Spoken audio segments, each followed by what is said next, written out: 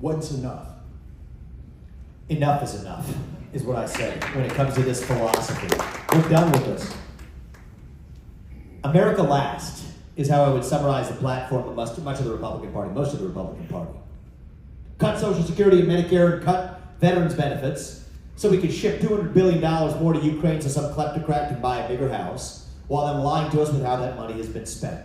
This bastion of democracy, they will tell you, that somehow has banned 11 opposition parties, has persecuted the Ukrainian Orthodox Church, has not even allowed the eastern provinces of Ukraine to participate in its parliamentary elections for the better part of the last decade, that's consolidated all of its media into one state TV media arm. Yes, this bastion of democracy is the one that we're supposed to defend in the name of what battle versus good versus evil, to borrow the language from my fellow presidential contenders, who stand to make money off of it, by the way. And that's the dirty little underbelly of this. We're done with it. Why are we doing it? It's because people like that in the Republican Party, you got Joe Biden in the Democratic Party. His son got a $5 million bribe from Ukraine, the very country that we're now forking over $200 billion of our own taxpayer money to. That ends on my watch. We're going to use our military resources to protect our own homeland. We're going to deliver accountability for all of the people who are guilty of corruption, squandering our money. If they broke the law, and I believe many of them did, they're going to be held accountable to the fullest extent of the law. And I'm going to end the war on reasonable terms that require Russia to exit its military alliance with China. That's what we got to worry about. Our funding the war in Ukraine, it's not even the money that's the worst part of it. It's that we're driving Russia further into China's hands, which increases the risk of World War III at a point where, God forbid, we should enter it. The United States of America could cease to exist. Russia and China together right now, sadly, outmatch the United States in many different areas. That's the part they won't tell you.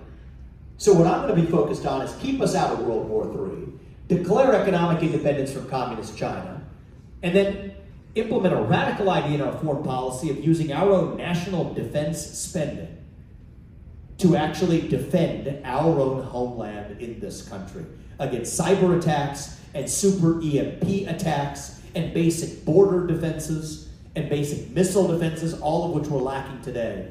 That's the president we deserve. Somebody who actually protects our own citizens. That's what would make George Washington proud. That's my moral duty as your next president. As a father, my moral duty is to my family, period, and I won't be shaken in that. As your next president, my moral duty is to you, the citizens of this nation, not another one. That's what it means to put America first. America first doesn't come with an asterisk. It's not a costume you wear on TV, as some of the Republican Party seem to think. No, America first stands for the vision of George Washington, that we advance the interests of our citizens. And that's not just good for America, that's good for the world. What hope does the free world have if the shining city on a hill no longer shines? That changes on my watch. And you know what? They've rewritten Ronald Reagan and the history to make him out to be some kind of neocon. No, I will not let them co-opt the legacy of Reagan. He actually used common sense after the ignominy in Beirut, in the Beirut bombings. He made a decision that the managerial class tried to get him to not make, to say, hey, I'm going to take a fresh look and realize we might have made a mistake and we shouldn't be here. And reoriented them and got our sons and daughters out of there. Well, today they try to bury that part of Reagan's legacy. So we have to reclaim our own history dating back to George Washington. This isn't isolationism.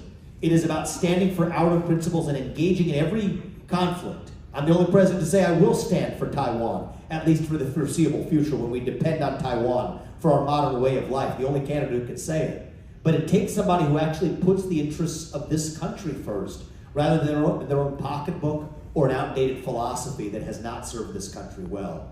That's how I'm going to lead. Thank you. I appreciate that question.